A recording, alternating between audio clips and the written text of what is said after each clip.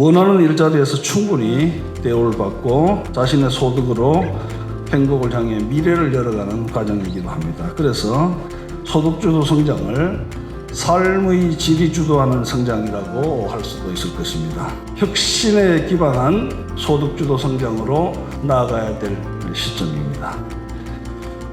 4차 산업혁명 시대의 혁신은 분명히 이미 취약한 이들의 삶을 위협하고 경제적 불평등을 심화시키는 경향을 갖고 있습니다. 바로 이것이 경제의 혁신을 꾀하면서도 소득주도 성장의 핵심의 가치인 포용과 형평의 가치를 결코 포기할 수 없는 이유라고 할 수 있겠습니다.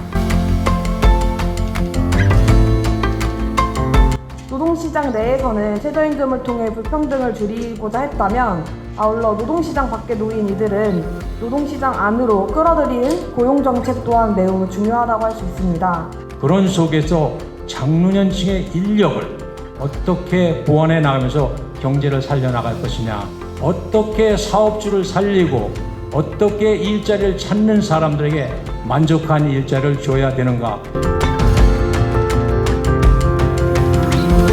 사람입니다. 사람을 중심에 놓고 그 속에서 기존의 정책과 차별화되는 패러다임의 전환을 추구하는 것이다. 성장이냐 분배냐라는 그 이분법을 뛰어넘자라는 문제의식을 담고 있습니다. 이제는 선택과 집중을 해야 된다. 그래서 이 부분에 대해서 그동안 해놓은 것을 어떻게 정착시키고 그것이 국민들한테 피부로 와닿게 하느냐, 그런 부분에 관해서 매출 증대라든가 비용 감감 정책의 성과는 긍정적이지만 재정 지원을 계속 확대해야 되는 한계가 있습니다.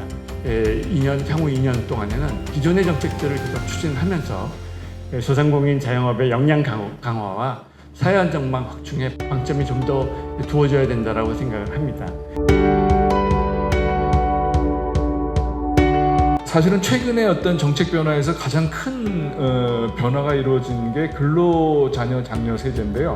그 외에 이제 의료, 주거, 교육비 등의 어떤 경감을 통한 어떤 지원제도 강화가 있었는데, 이제 가장 주목을 받았던 게 이런 건강보험 보장성을 대폭 강화하는 이런 노력이었고,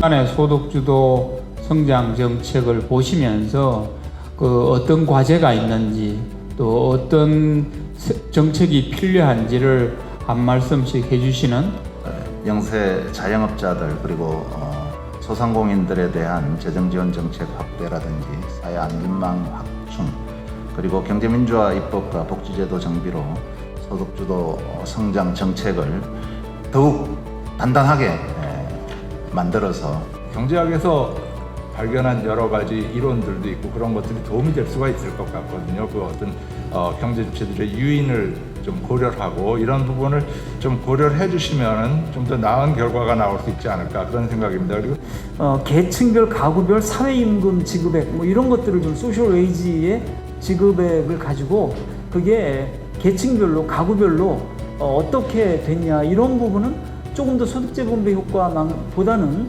더 좀 시차를 짧게 하면서 제시할 수 있지 않겠는가. 따라서 소득주도 성장과 혁신 성장이 유기적으로 결합이 되고 선순환이 이루어져야 되고, 그를 위해서는 혁신 투자를 촉진하는 데 좀 더 노력을 해야 될 것 같습니다. 이런 산업을 통해서 잃어버릴 수 있는 일자리가 있고, 오히려 기존에 아까 얘기했던 대로 이런 골목 상권이 존재함으로써 이런 서민 경제가 돌고 있는 이런 부분들의 스마트 기술을 잘 적용을 해서 좀 더 창출할 수 있는 일자리가 있다고 봅니다. 노동자 등 취약계층의 고용 안정성을 높이면서 정부 정책 또 함께 사는 정책을 지속해 나간다면은 저는 이런 어려운 위기를 슬기롭게 극복해 나갈 수 있지 않을까. 최근에 모든 나라들이 공공지출을 열심히 하고 있는데 경제 안 일어나지 않습니까? 결국은 민간이 움직여야 되거든요. 근데 미래 4차 산업혁명이나 비슷할 그런 사회의 대비를 훨씬 더 강도 높게 해야 되는구나. 이 부분이 이제 국민 한 분 한 분 그리고 국가 정책을 다루는 이 파이가 축소될 때 이걸 어떻게 하면 가장 공정하게 나누느냐를 놓고 너무 그 에너지를 집중하고 갈등을 일으키고 하는 것보다는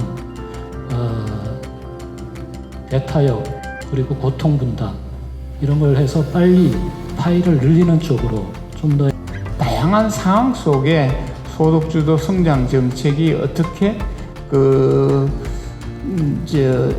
대응해 갈 것인지 이 부분에 대한 고민도 앞으로 중요한 과제가 아닌가 그렇게 생각됩니다.